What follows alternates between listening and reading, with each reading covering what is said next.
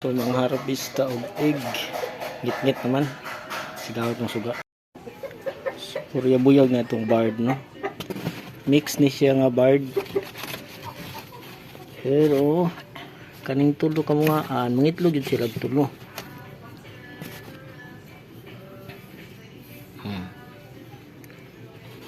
Tulo dyan na iya ang egg nila. Pero buyag. Pero buyag ako kayo. Sa kabard.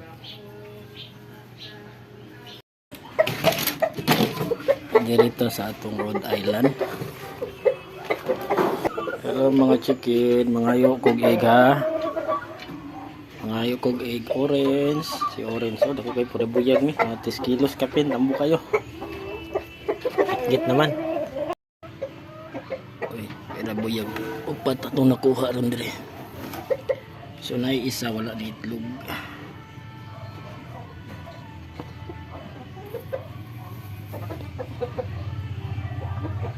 Wapa kay itlog ron. So mag selection na taron no kay mag incubate ha. Alabi na ni sa Rhode Island.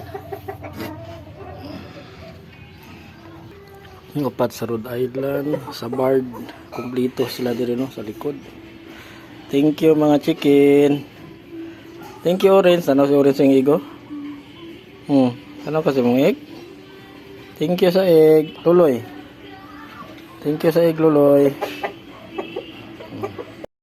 Basta kugihan gani nga manok mo itlog ano mga pahak pinang likod. Nga pahak na eh. Oh, luway tang kain mga pahak. Oh yeah. Thank you sa egg.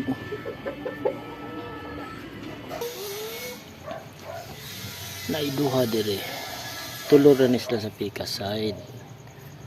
So, goods kayo ni. Goods ni incubate.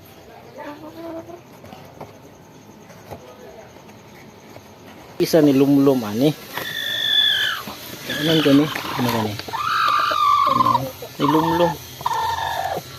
So na ay tulo. Oy. Na ay tulo. Ngay kog egg.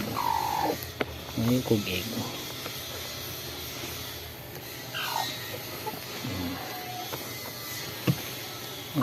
Lumlum na siya. Nadyo'y time na sila nga mo action sila glumlum. Pero sige lag ambak lagi no. Dili sila makapupusa. Wala pa nung ko nag-try og palumlum nila kay mas hindi po mapusa. Thank you mga chicken. Mana tong harvest ron. So pilian na to ni no kay para sa incubate na to. Kani sa Black Australorp. Kani Black Australorp. Kani sa Rhode Island. Kani okay ni siya.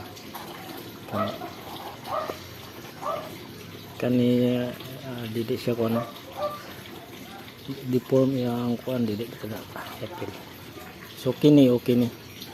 Kani gagmay pa dili sa nato na yapil. So kaning sa bird mag-try kog incubate sa bird no kay nindot kay ang bird so kay mo itlog pod kani okay ni sa bird. So kini na kuan gamay so dito nato na i-apil. So markahan nato na kay para may bala nato kung pila atong masalang pohon kay naay nag-order nato piso. Hinaot mo dayon to pohon.